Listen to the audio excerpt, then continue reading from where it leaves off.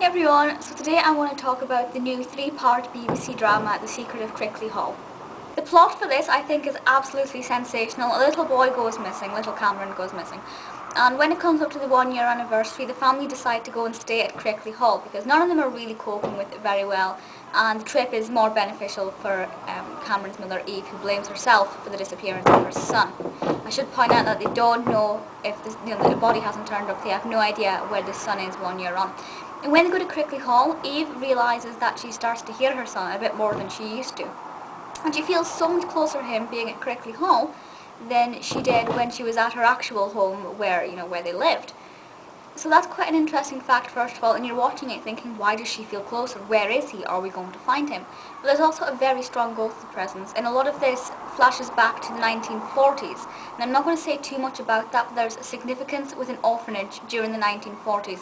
Early 1940s, obviously being during the Second World War. I don't want to say much more about that because it will give away slightly too much. But the fact that we have the 1940s then contrasting with the present day in the way that Crickley House has changed, but also maintained a lot of the essence from the 1940s and a lot of the ghostly presence from the 1940s is exceptionally fascinating. This is based on a book by James Herbert, but the script for the drama has been written by Joe Ahearne, who also directed it. Joe Ahearne needs massive credit for this. This is phenomenal. The script, first of all, the way it handles the switches from the 1940s to the present day, I think is outstanding.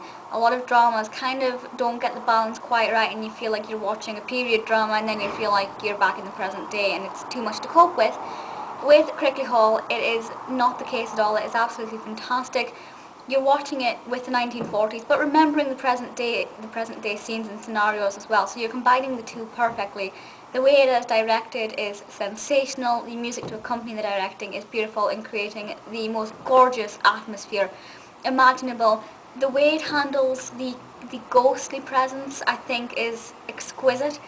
Sometimes it's very lightly touched upon, and sometimes it's very much in your face, and that contrast evokes such wonderful fear that you're watching it thinking, I have no idea what's going to happen next or how they're going to handle this, and that I think makes for just compelling viewing.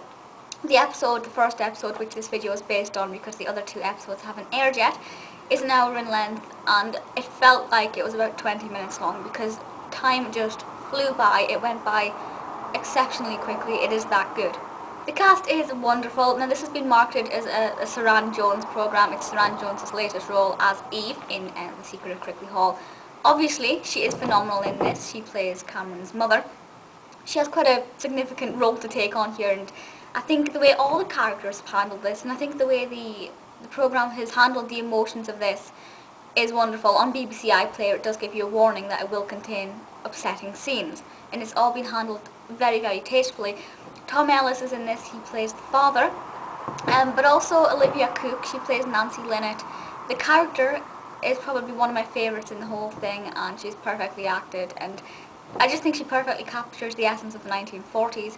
Also, Maisie Williams as Lauren. I hadn't seen her in anything before, but in this she's fantastic, and it does make me want to go and look out for her other roles as well. I have no complaints about the cast, so when you put that on top of the directing, the writing, the atmosphere, the plot itself, really, it is the perfect recipe. Now, I was watching this at about 11 o'clock in the morning, and I was quite scared. Well, I'm going to make sure I watch the other 2 episodes late at night and in the dark because I was scared watching this.